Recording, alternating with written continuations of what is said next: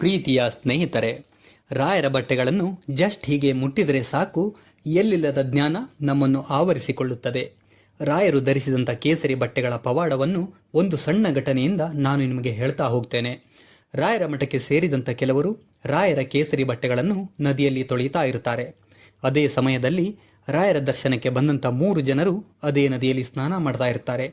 ದರ್ಶನಕ್ಕೆ ಬಂದ 3 ಜನರು ಏನಂತ ಮಾತಾಡ್ಕೊಳ್ತಾ ಇರ್ತಾರೆ ಅಂದರೆ, ರಾಯರ ಮಠದಲ್ಲಿ ಮಧ್ಯಾಹ್ನ ಊಟ ಕೊಡಬೇಕಾದ್ರೆ ನಾವು ಮನಸ್ಸಿನಲ್ಲಿ ಯಾವ ಸ್ವೀಟು ನೆನೆಸಿಕೊಂಡಿರುತ್ತೇವೆಯೋ ಅದೇ ಸ್ವೀಟ್ ಏನಾದರೂ ನಮಗೆ ಸಿಕ್ಕಿದ್ರೆ ರಾಯರ ಪವಾಡಗಳು ನಿಜ ಅಂತ.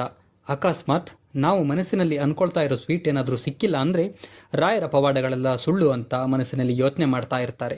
ಆಗ ಇದ್ದಕ್ಕಿದ್ದ ಹಾಗೆ ರಾಯರ ಬಟ್ಟೆಗಳನ್ನು ಅದೇ ನದಿಯಲ್ಲಿ ತೊಳಿತಾ ಇರ್ತಾರೆ ಅಲ್ವಾ.